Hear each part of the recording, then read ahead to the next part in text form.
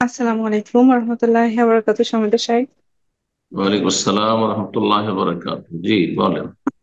সমিত সাহেব, আমার হাজবেন্ড মসজিদে সালাত আর কি ইমামের দুই রাকাত হওয়ার পরে তিনি স্টার্ট করছেন। তো ইমামের ভুল হয়েছে, ইমাম সালাম ফিরে সাও সিজদা করছেন। তো তিনিও সাও সিজদা করছেন। তাই আমি বলছি, যেহেতু ইমাম সালাম ফিরে ফেলছে, তখন সে তার সাও সিজদাটা করা ঠিক হয়নি। তো আমি কি এটা ঠিক বলেছি তাকে? বুঝতে পারলাম না মাসলা।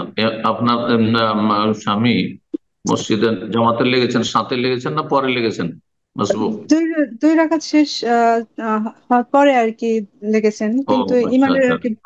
সালাম ফেরার পরে উনি দাঁড়িয়ে যাবেন, সহসিজদা করার কি প্রয়োজন? যখন ইমাম সালাম না, ফিরলো দাঁড়িয়ে যাবেন। হ্যাঁ, না, এটাই জানা ছিল যে আমি কি তাকে ঠিক বললাম কিনা, যে তিনি ভুল না, করেছেন। যখন যখন যার সালাত বাকি আছে, এক রাকাত দুই রাকাত বা কিছু বাকি আছে, আর ইমাম সালাম ফিরেছে, তো ইমাম সালাম ফেরার পরে কি করবেন না করবে অপেক্ষার কোনো প্রয়োজন নেই, বরং শরীয়তের বিধান হচ্ছে যেমনই সালাম ফিরা হবে তখন উঠে বাকিটা পূরণ করবে। জি, এই ক্ষেত্রে আর সহসিদ্ধার কোনো প্রয়োজন নেই। ইমামের সাথে যদি সালাম ফিরতো তাহলে তো সহসিদ্ধা করতে হবে, কারণ ইমামের সহসিদ্ধা করলে মুক্তাদিকে সহসিদ্ধা করতে হবে। জি, ঠিক বলেছেন তাই। আসসালামু আলাইকুম রহমতুল্লাহ বরকাতুহ সাহেব। ওয়ালাইকুম আসসালাম রহমতুল্লাহ বরকাত। জি সাহেব, আমি মুর্শিদাবাদ ফরাক্কা থেকে বলছি। বলেন প্রশ্ন। আমার প্রশ্ন হচ্ছে হচ্ছে শেখ যে আমার বাবা যখন তাদের বসত বাড়িতে এই বাড়ি দেয়, তো সেখানে তার মানে 50 বছর পুরনো দুটো কবর ছিল। তো আমার বাবা তো দিন ধর্ম সম্পর্কে কিছু জানতো না, কেউ বলেনি তাকে। তো সে বাড়ি দিয়ে দিয়েছে।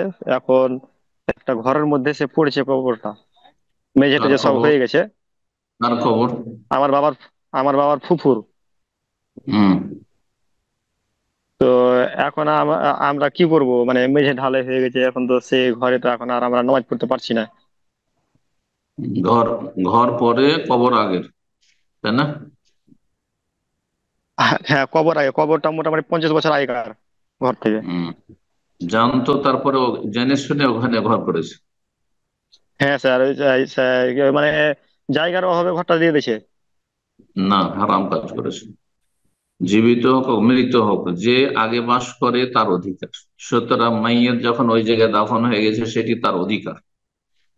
কথা বোঝা গেছে? সুতরাং এখানে ঘর করা নাজায়েজ কাজ হয়েছে, সেই রুমটিকে বা সেই অংশটুকু যতটুকু কবর পড়েছে সেটুকু ভেঙে ফেলতে হবে। আল্লাহ হেদায়েত দান করুন।